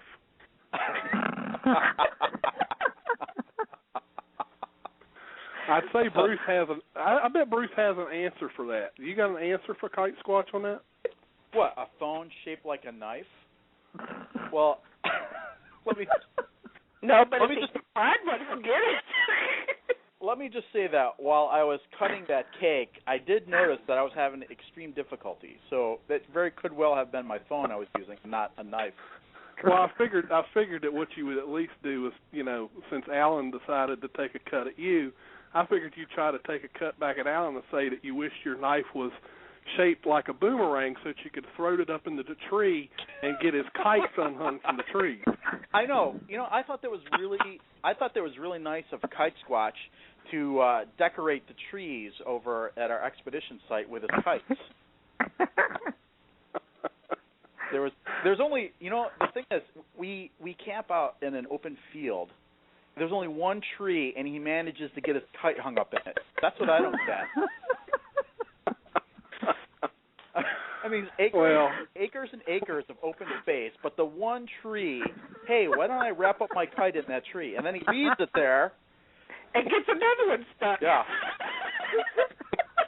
I don't know how that works, but... It's all in fun. I do have to say, though, that Kite did send us some really nice pictures. Apparently he was successful getting one of his kites up with the camera. Yeah. Took some really nice aerial photos of the property. Yeah. I'm sure he's got some nice aerial photos of that tree, too. No, he doesn't, because he can't get the camera back down.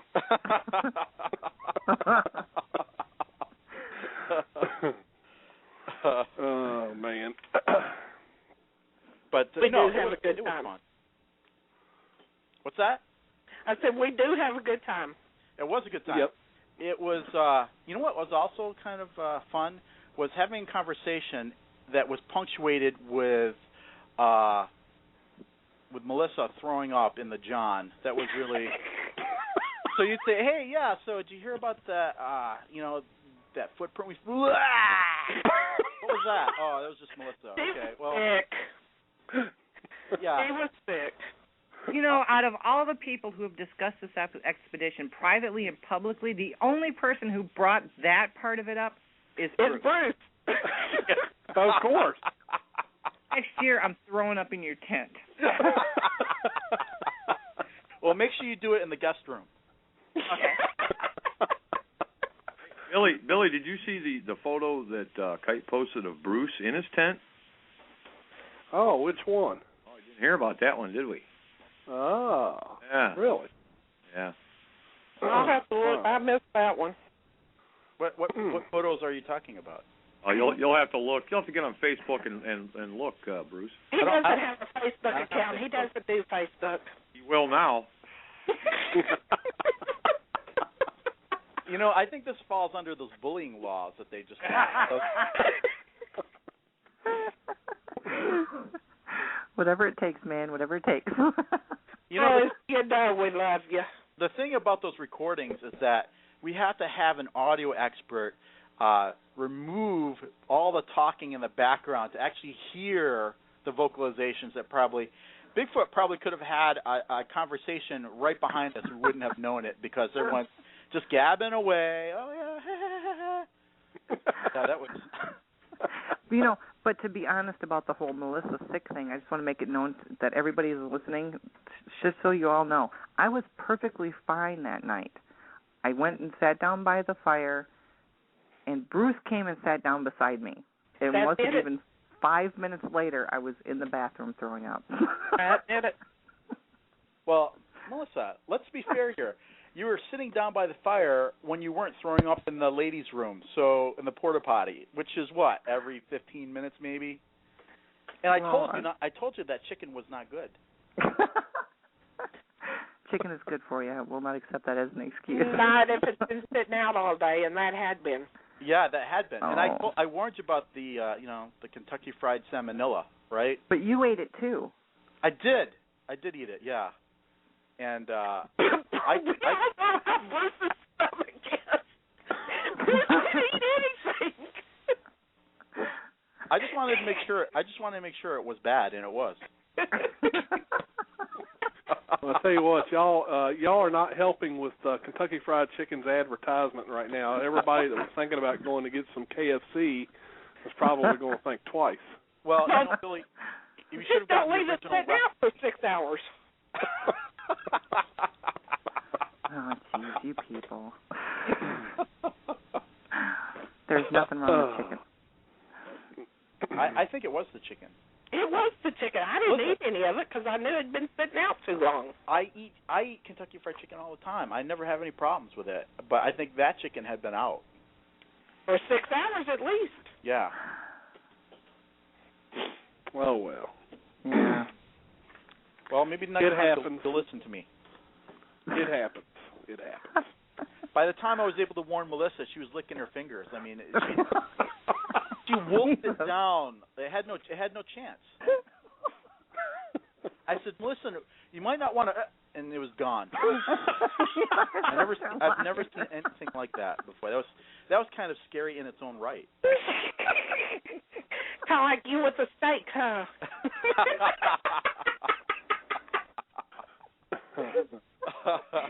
Bruce, you're not right in the head, man. You're just not right. Huh. Well, and then another interesting highlight was as Eric was packing up his tent and leaving Dodge because there was a warrant out for his arrest. There's black spider was on his car, and I don't know if it bit him, but he thinks he might have inherited like a spidey sense or whatever. You better be glad Eric cut out of here. Oh, was he in earlier? Yeah, he was on here earlier. Well. Oh, Beast says that Bruce has never had a steak.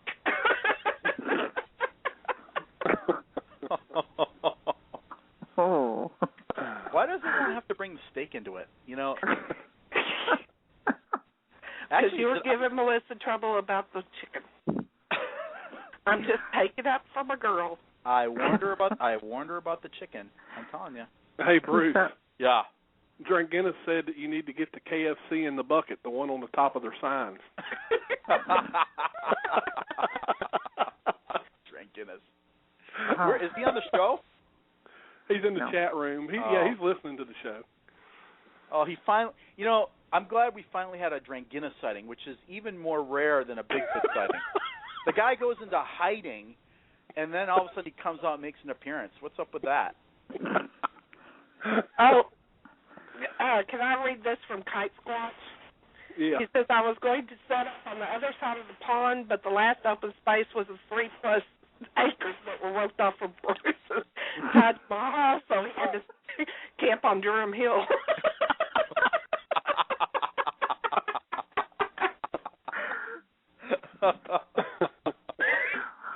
Oh, man.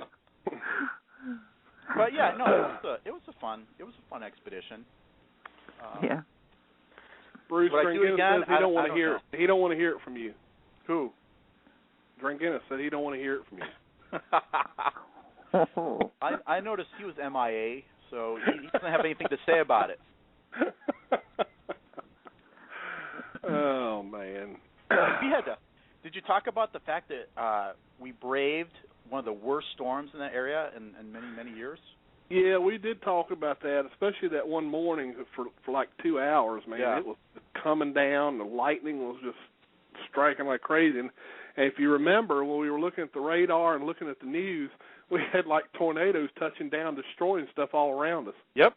And I can remember looking outside of my motel room and thinking, man, you guys are in serious trouble out there. I'm glad I'm not out there with you.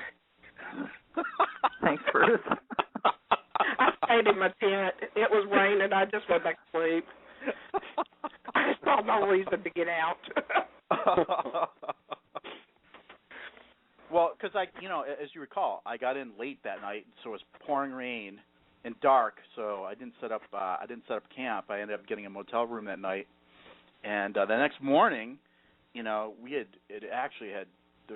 rained really hard, and there had been a lot of wind, and I was thinking, geez, should I go back there? Then I'd have to help with the search and rescue party, but I came back anyway. I hope you appreciate that. Was that when you came back to the sign on your vehicle? No, that was the following day. Who did that sign anyway? I don't know. Is anyone going to own up to that? I have pictures. Figures. I tell you what, though, Facebook. we've pretty much covered all the info at the expedition. So now we're pretty much having fun at Bruce's expense. Just like the expedition. Yeah. Irish wanted to know if the Taj Mahal had a basement, and Carl said no, but it has a car park. And Wayne says it has an inflatable deck for it. Yeah. And Steve said apparently you had live radar feed from Taj Mahal. Yep. We had, but Billy, we had a lot of interesting people show up at this expedition. We had Trapper Earl up on the hill there, basically setting up camp on the far side of the mountain there, and then who else? Secret Dave, who I don't even know who he is, just shows up and doesn't reveal anything about himself, and then he leaves. He could have been working, like for the government in some covert agency. And then, of course, we had the Hubbies, who always make it interesting, and Callie and Beast, and we had a rare visit from Mr. Pennsylvania Bigfoot himself, Eric Altman. So I didn't think that was going to happen, but that was great that he came down for 36 hours. He got scared. Well, I don't blame him. The sheriff was muttering to himself, "I'm going to get that darn some bitch trespassing." So the only one who actually stayed behind was Gary. He was ready to face the music. Yeah, Gary was. Of course, Gary was waving at him. As he was trespassing, he was just waving him. Say, "Hey guys." That's right. Yeah, as they drove into the property, they waved at a guy. They just don't have the basics of trespassing down. I liked the little trespassing seminar we got from one of the women there who said, you got to act like Bigfoot when you trespass. You don't walk out into an open field in the middle of the day and wave to the owners of the property. You stay in the woods, you look around. When you see people, you step back into the woods. That's how it works. So that was very helpful. I'm glad we got that little tutorial. Oh, I tell you what, there's some more funny stuff going on at your expense, Bruce, in the chat room. I can imagine. Well, Kite Squatch had mentioned that some of the satellite images on Google Earth are blacked out. It's like a big hole, where your Taj Mahal sits. Yeah. Well, and then Bill Dringennis said that big hole on Google Earth is your mouth. Ooh. Oh, man. And you think we're mean to you? Oh. Here, wait a minute. I got to do that again. He says that black hole is your mouth, right? You guys reading this? Hear that? That's what he did to you, Bruce.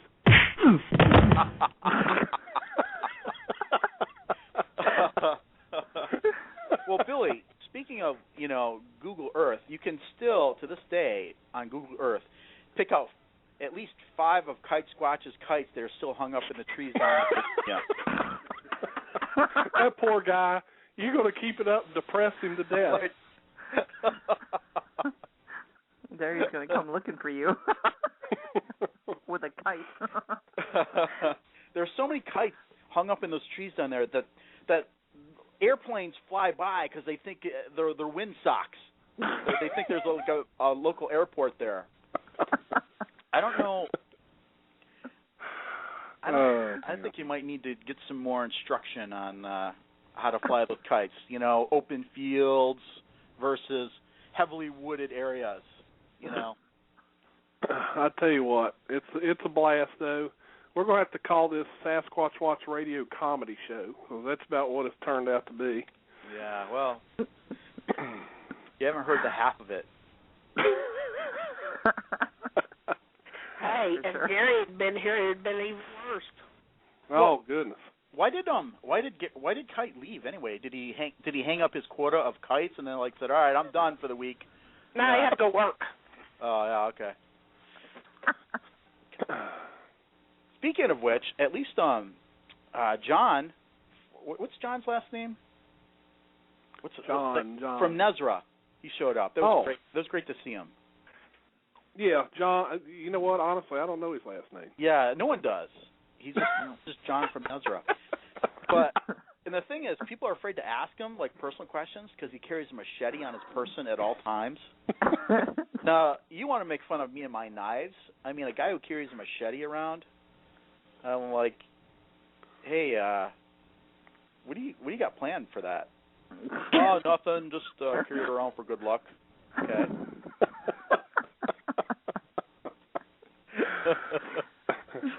Yeah, John came all the way down from New York. Mike Killen couldn't make it.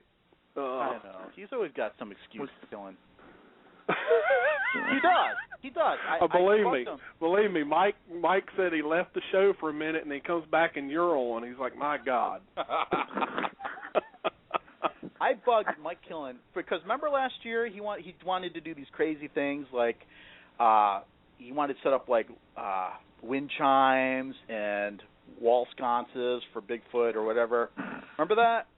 Well, we did get some hits with his whirly things that had those flashing lights. Yep. What do you mean you got hits? We had some activity around it. Yeah. Really? When I seen the eye shine there. That's where our eye shine. Yep. Well, all I know is when I shone my light down there by those whirly things, I saw Gary looking at it like mesmerized. So I don't know if the activity you're talking about is actually, legitimate Bigfoot activity or just people mesmerized. Well, I don't know what it was that Melissa saw eye shine down there. No, it wasn't Gary. Melissa saw eye shine down there? Yeah, last year. Yeah, was Bruce there?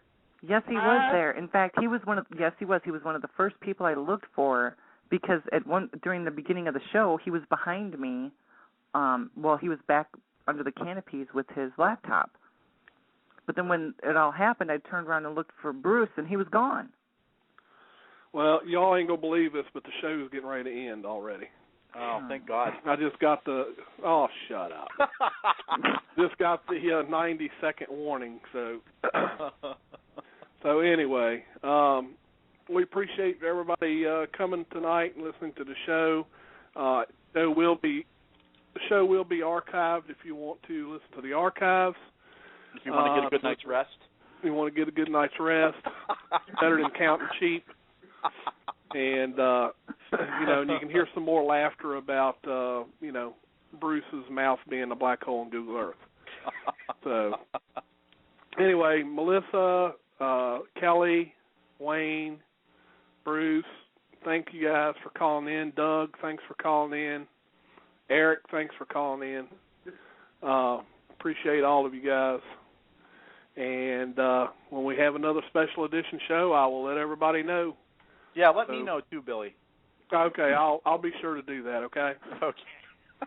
All right, everybody have a great evening, and that's the see you next time. Night. Good night. Night. Night. That's all, folks.